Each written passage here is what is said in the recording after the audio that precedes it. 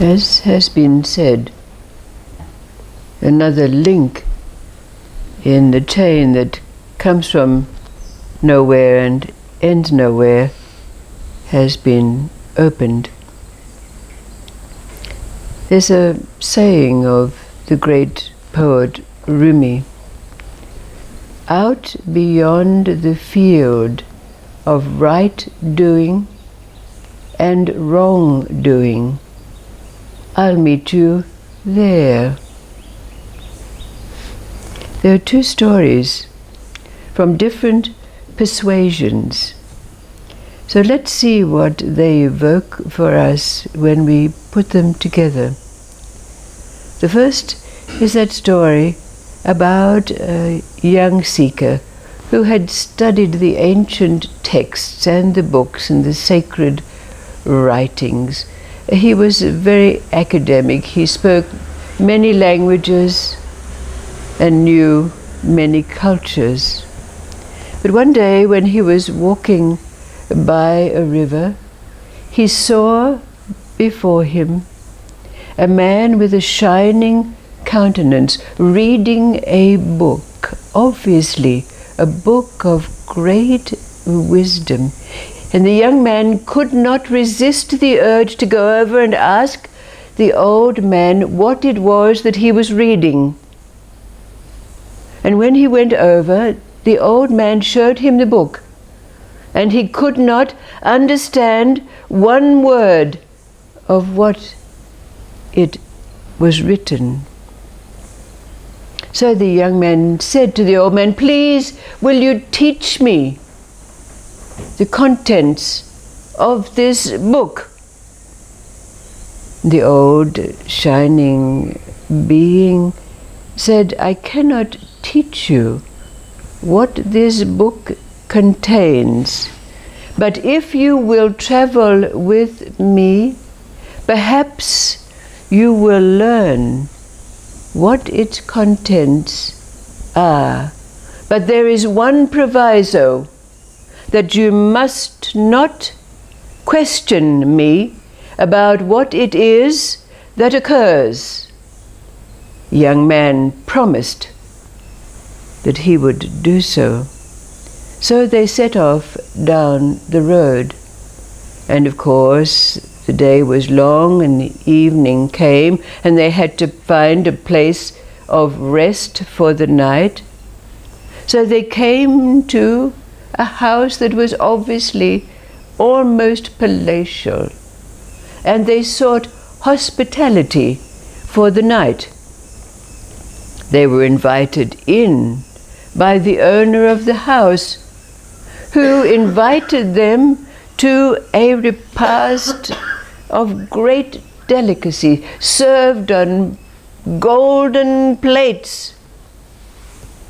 They enjoyed this feast. But then, to the great surprise of the young being, the old sage took one of the golden plates and slipped it under his robe, stealing it. He was horrified. And when they'd been escorted to their chamber for the night, a chamber of great comfort, the young man couldn't help himself but question the old man, "Why are you stealing? This man has given us hospitality, and you steal from him." The old sage reminded the young man of his promise not to question what it was that was happening. So the young man kept his counsel. The next day on their travels, the same thing happened. They came and sought hospitality for the night. And they came to a farmhouse that was obviously of some worth. The farmer was obviously well-to-do, and the beautiful smell of chicken soup was wafting out of the kitchen. But when they asked for hospitality, the farmer gave them a crust of stale bread and some rancid cheese and sent them off to the barn for the night. The next day, when they were departing, the sage took the golden plate from under his robe and, thanking the farmer profusely for his hospitality, gave him the golden plate as recompense for his hospitality. The young man again was horrified. Why did you do that? This man was not at all kind to us, and yet you give him... Ah, said the sage, did I not counsel you to keep quiet and not ask? So again the young man had to zip his lip. The next day they went along in their travels. They came to a river with a very precarious bridge.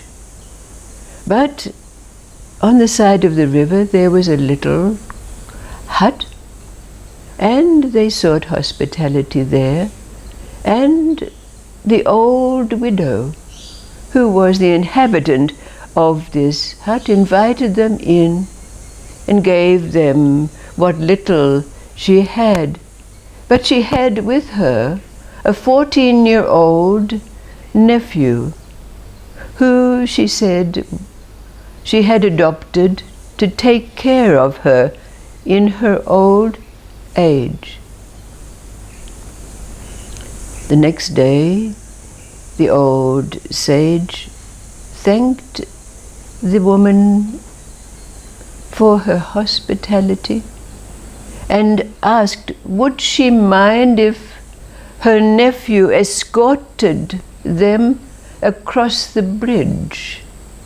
Obviously, being familiar with it, living right beside this rope bridge, he said it would be good to have a guide. And the old woman agreed. So the young boy escorted the sage and the young man out of the hut and across the bridge. But as they reached the center of the bridge, to the great shock and surprise of the young man, the old sage grabbed the young man and tossed him over the side of the bridge into the raging torrent below. The young man was shocked and affronted. How could you? This woman gave us of little that she had. What have you done? The old sage admonished the young man and said, did I not ask you to promise not to question what was done? And with that, before the young man's eyes, that which he had perceived as a shining aura around the old man at their first meeting grew so large and so effulgent that it was just a field of pulsating light. And as he looked, great angel wings appeared as the old sage disappeared, not to be seen again.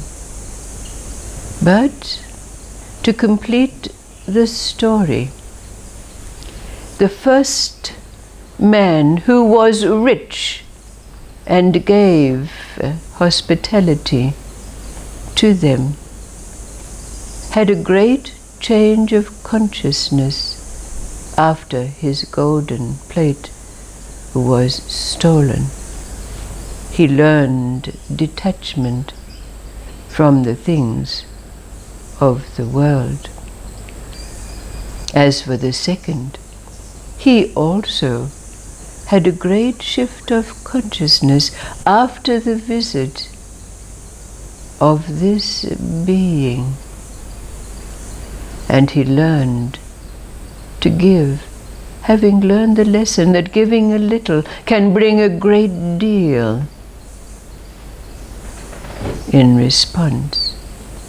And as for the third, this young man was destined to murder his elderly aunt for the little that she had, and to save him from a great karmic debt.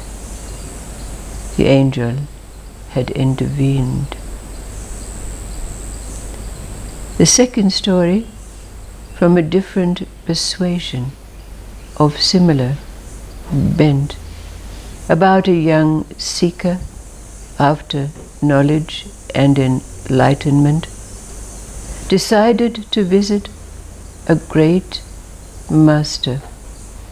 And when he did, he begged the master, "Master, I have read the books. I have gained a great deal of knowledge.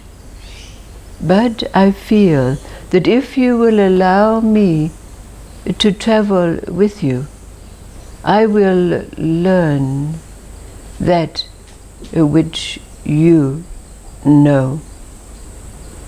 "Ah," said the master, "your perceptions are still colored by your conditioned mind. But you may travel with me on the proviso and with the promise that you do not question anything that is done." So the young seeker accompanied the master, and they had to take a ferry boat across a great river. But while they were traveling across, the master, unseen by the ferrymaster, but seen by the young man, drilled a hole in the bottom of the boat. The young man was affronted. "How could you do this when this ferryman, with his good will, is taking us across the river?" And the sage said, "Did I not ask you to promise to remain silent?" The young man apologized, remembering his promise, and they went on. They came to a land where the king was of great largesse, and when the master entered his domain, the king invited them for a feast and to join them in a hunt. Now the king had a young son who he entrusted to the old master. So the young man rode in front of the master on his horse as the hunt went on. But as they were riding, the master said to the young man who accompanied him, "Come, let's go faster." So they galloped their horses away from the main group of the king and his entourage. And when they came behind a grove of trees, the young man witnessed the master twist and break the ankle of the young man seated in front of him and tossing him into the bushes at the side of the forest. And they rode quickly away. When they'd left that domain, the young man said to the master, "How could you? This king gave us his hospitality, and look what you've done. How could you do that?" And again the sage warned the young man, "I told you that your conditioned mind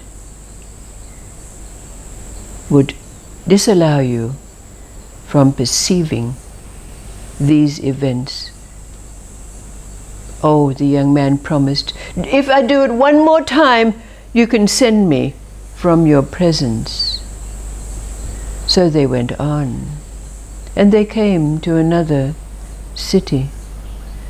They sought hospitality there, but all the inhabitants of this city had lost the ways of hospitality and hated outsiders and threw stones at them to send them away, even hounding wild dogs on them. They hastened out of the city, but when they were just outside the city gates, the sage stopped and said, "Wait." And he walked towards a part of the city wall that was crumbling. And he said, "We must repair this wall." And he set to make mud bricks, and with the assistance of the young man, they built up the broken wall.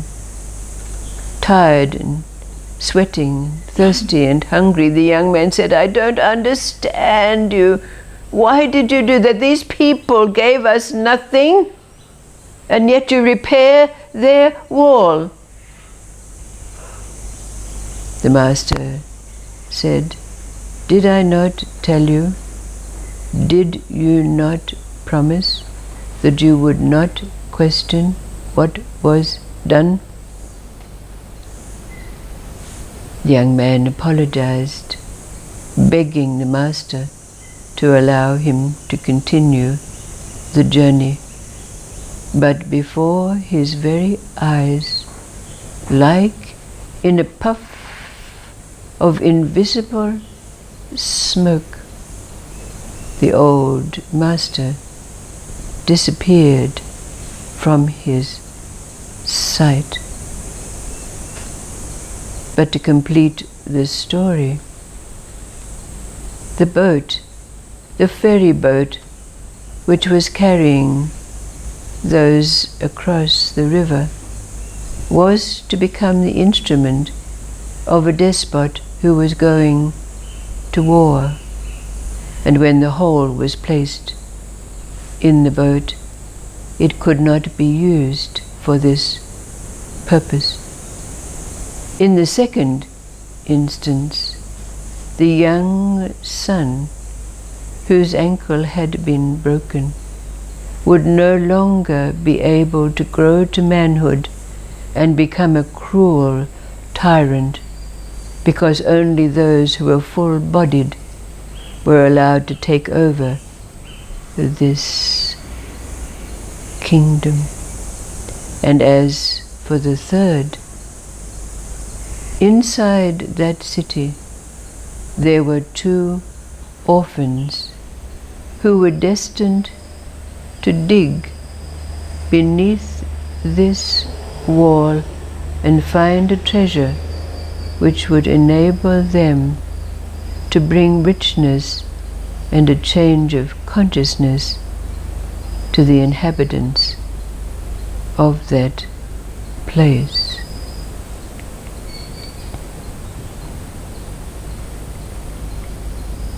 Two stories, different persuasions, the same theme. Putting them in our pot, our crucible. What is it that arises for you as an awareness of what the deep meaning of not only each of these stories, but what it is that is there for us when we put them together? What arises for you from these tales?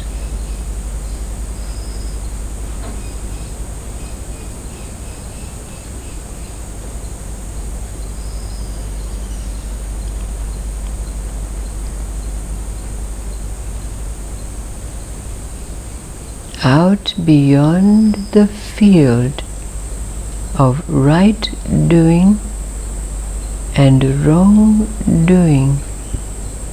I'll meet you there, says Rumi. What does it mean?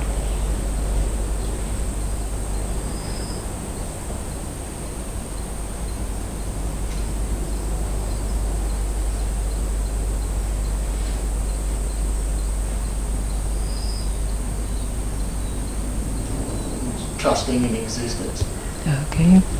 So the wealth that you can't see in somebody else, or anything in an event that works, is simply because you have no idea what it is. So you just trust in existence in what you've done. That's why I like to wander around with shirts with holes in them and stuff like that, because it's no representation of actually who I am. Right. Good for you. Good for you.